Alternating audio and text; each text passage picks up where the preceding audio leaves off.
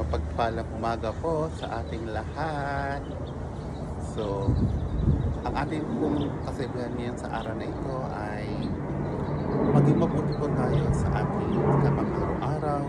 Patuloy tayo humingi ng kapatawaran sa ating nagawang pagkakasala at patuloy tayong gumawa ng kabutihan.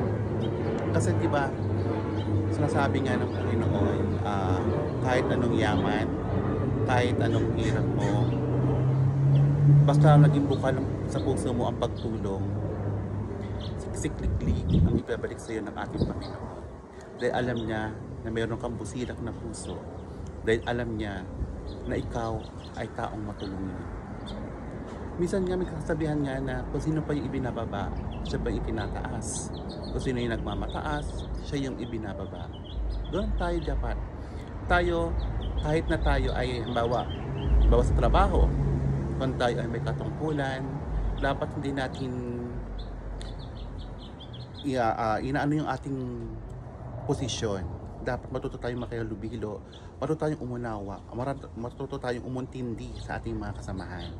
O sa isang grupo, kung tayo man ay officers, dapat matuto tayong makinig sa ating mga kasamahan, sa ating mga members. Kasi minsan, meron silang alam na hindi natin alam, na minsan meron tayong alam na hindi nila alam.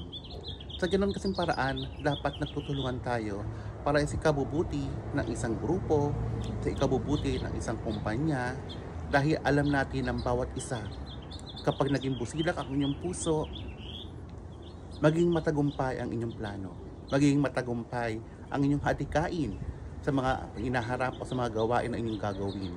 Ganun tayo. Sa isang organization, minsan, nagilahan, pagalingan.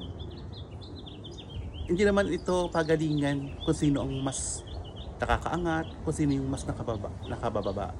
Bagkus, dapat ang inaalam natin ng Panginoon dito, kung paano naging makabuluhan ang buhay mo, kung paano naging makabuluhan ang iyong sinasagawa o naging busilak ang puso mo sa pagtulong sa iba. Ganon dapat tayo.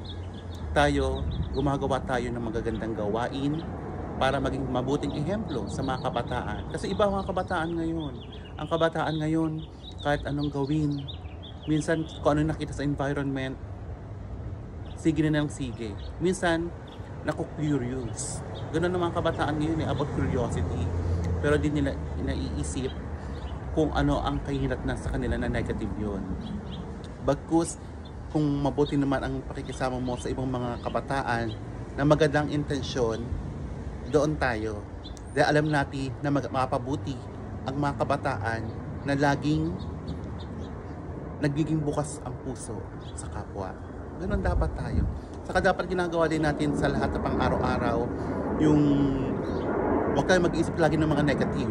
Dapat mag-isip tayo lagi ng mas makabubuti para sa atin, mas makabubuti para sa ating kapwa. Ganun dapat tayo kasi ganyan ang gawain ng isang taong tapat, isang taong matulungin, isang taong may busilak na puso na pag-unawa sa kapwa. Muli, huwag natin kakalimutan mag-like, share, subscribe, and comment. Maraming pong salamat sa patuloy na panonood. Have a nice day. God bless.